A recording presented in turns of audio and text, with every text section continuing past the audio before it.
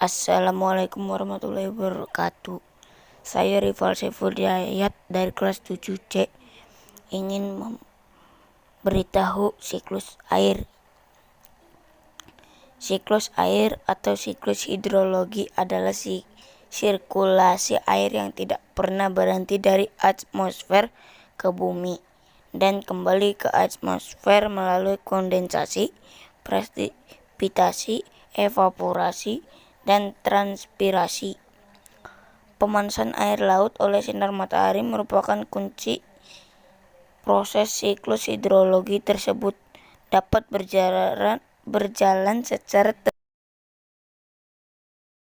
evaporasi adalah penguapan yang diserap oleh sinar matahari dan tampung di awan.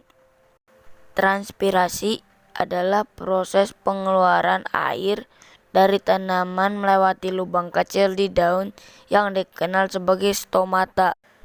Kondensasi adalah awan hitam yang menampung banyaknya air yang telah diserap oleh sinar matahari.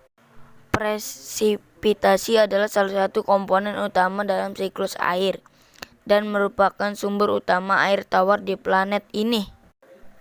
Air tanah adalah air yang menyerap hujan dari siklus tadi.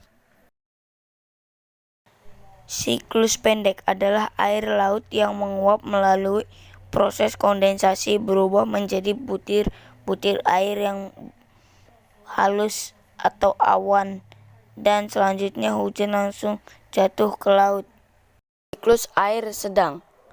Air laut menguap lalu dibawa oleh angin menuju daratan dan melalui proses kondensasi berubah menjadi awan lalu jatuh sebagai hujan di daratan dan selanjutnya meresap ke dalam tanah lalu kembali ke lautan melalui sungai-sungai atau saluran-saluran.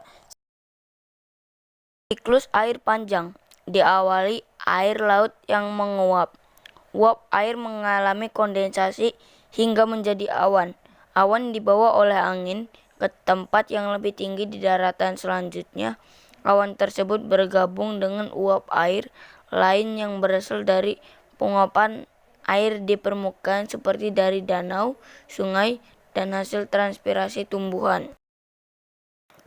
Siklus hidrologi disebut juga siklus air. Jika tidak ada siklus hidrologi, maka sebagian besar daratan di muka bumi akan menjadi kering dan tandus karena dalam siklus hidrologi ada proses hujan. Selain itu, tumbuhan tidak akan mendapat air yang cukup. Kekeringan dan banjir dapat terjadi karena uap air yang ada di lautan yang terbentuk menjadi awan dan turun hujan. Ketika terjadi hujan, tidak ada pohon yang cukup jumlahnya untuk menyerap air hujan sehingga banjir dapat terjadi di dataran rendah, dan ketika musim panas terjadi kekeringan karena tidak ada cadangan air dari pohon-pohon. Solusi: melakukan reboisasi dan memelihara alam dari Secara geologis, Indonesia terletak pada pertemuan 3 lempeng utama dunia, yaitu lempeng Indo-Australia, lempeng Eurasia, dan lempeng Pasifik.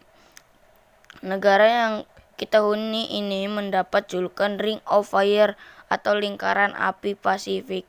Kedua hal tersebut menjadi salah satu faktor Indonesia sering terjadi bencana. Bencana itu sendiri diartikan sebagai peristiwa yang dapat mengancam dan mengganggu kehidupan masyarakat seperti kehilangan nyawa dan harta benda. Adapun jenis-jenis bencana adalah sebagai berikut. 1. Bencana alam. Peristiwa akibat faktor geologis, pergerakan lempeng bumi, klimatologis, kondisi cuaca atau iklim, dan ekstraterestrial, benda luar angkasa.